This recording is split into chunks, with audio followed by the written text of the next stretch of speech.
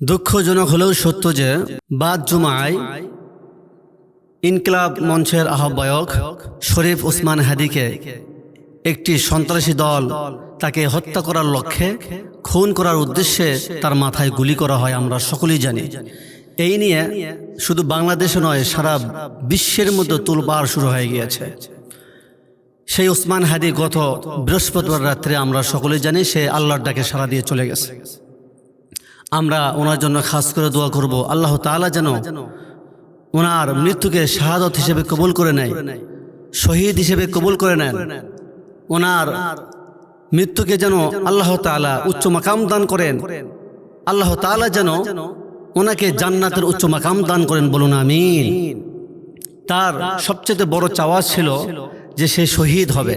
তার পরিবার থেকে অনেকবার তাকে নিষেধ করেছে, বাবা তুমি এগুলো কাজ করো না, মানুষ ভালো নয়, গুলি করবে, তোমাকে খুন করে ফেলবে, হত্যা করে ফেলবে। তিনি উত্তরে বলেছেন কি জানেন? মানুষ এমনিতেই মরে যাবে, কুল্লু নাফসিন যায়কাতুল মাউত, মানুষ মরবে, মানুষ ঘরে থেকেও মরবে, এসি ঘরের মধ্যে থেকেও মরবে, কিন্তু সবচাইতে ভালো মৃত্যু হলো ন্যায়ের পথে থেকে মানুষের গুলি খেয়ে শহীদ হওয়া। এটা হচ্ছে সবচাইতে ভালো মৃত্যু, বলুন সুবহানাল্লাহ। আমার হাদি ভাইয়ের সবচাইতে স্বপ্ন ছিল সে যেন শহীদই মৃত্যু হয়। তো আল্লাহ তাআলা যেন ওনাকে শহীদি মৃত্যু হিসেবে কবুল করে নেয়, বলুন আমিন।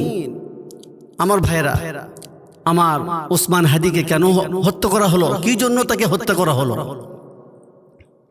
আমরা যদি কারণগুলো দেখি, বেশ কয়েকটি কারণ আমরা আন্দাজ করতে পারি। অবশ্যই এগুলোই হবে যে আসলে মানুষের ক্ষমতার জন্য, চেয়ারের জন্য, তার যে পপুলারিটি, এগুলোর কারণে তাকে হত্যা করা হয়েছে। The last for power blinds people, the great power, wealth and money has blinded people. However, people of faith are not blind to anything in the world. মানুষ ক্ষমতার লোভে অন্ধ হয়ে গিয়েছে, পাগল পারা হয়ে গিয়েছে, অর্থ সম্পদের লোভে পাগল পারা হয়ে গিয়েছে। কথা বলুন ঠিক কিনা?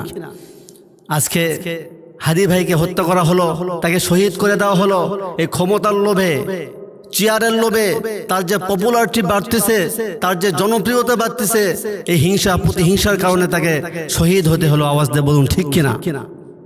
আরেকটি বিশেষ কারণ, সেটা হলো তিনি সবসময় ভারতের আগ্রাসনের বিরুদ্ধে কথা বলেছে। আল্লাহু আকবার। ভারত যেন এই বাংলার জমিনে তার আধিপত্য বিস্তার করতে না পারে, ভারত যেন বাংলার মানুষদেরকে জিম্মি করতে না পারে, বাংলার মানুষ যেন তাদের দাসত্ব, গোলামি, দালালি করতে না পারে, তার বিরুদ্ধে কথা বলেছে।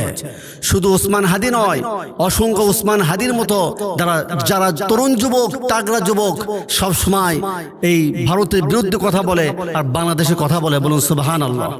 যারা জুলাই যোদ্ধা, মূল নায়কের মধ্যে ওসমান হাদি আর অনেকে আছেন যাদেরকেও টার্গেট করা হয়েছে। হাসনাত আব্দুল্লাহ, সার্জিস আলম, ভিপি নূর, সাদিক কায়েম সহ আরো অনেকে আসে যারা বাংলাদেশে কথা বলে, বাংলাদেশের পক্ষে কথা বলে, ভারতের বিপক্ষে তারা অবস্থান করে। তারা ভারতের চোখ রাঙ্গানোকে ভয় পায় না। মুসলমান কখনো কাফের মুশরিকদের চোখ রাঙ্গানোকে ভয় পেতে পারে না। মুসলমানেরা রক্ত দিতে জানে।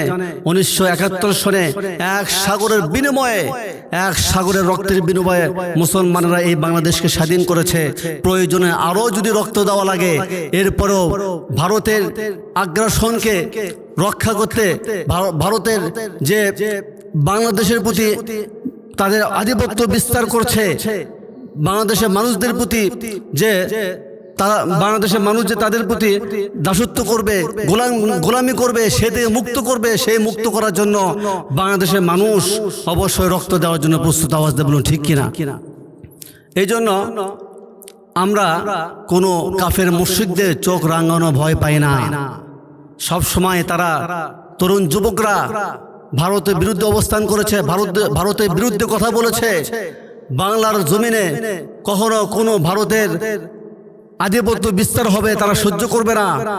যারা সামনে দলে আসবে, ক্ষমতায় আসবে, তাদের লক্ষ্য করে সবসময় তারা বলে যে যেই আসুক না কেন তারা যেন ভারতের গোলামি দাসত্ব না করে। এই বিষয়ে তারা অনেক কথা বলে, আর এই বক্তব্যগুলো আমরা শুনেছি। তারা অনেক বাংলার জমিনকে ভালোবাসে এবং বাংলাদেশের প্রেমিক তারা। আল্লাহ তাআলা আমাদের সমস্ত তরুণ যুবকদেরকে কবুল করুন, বলুন আমিন।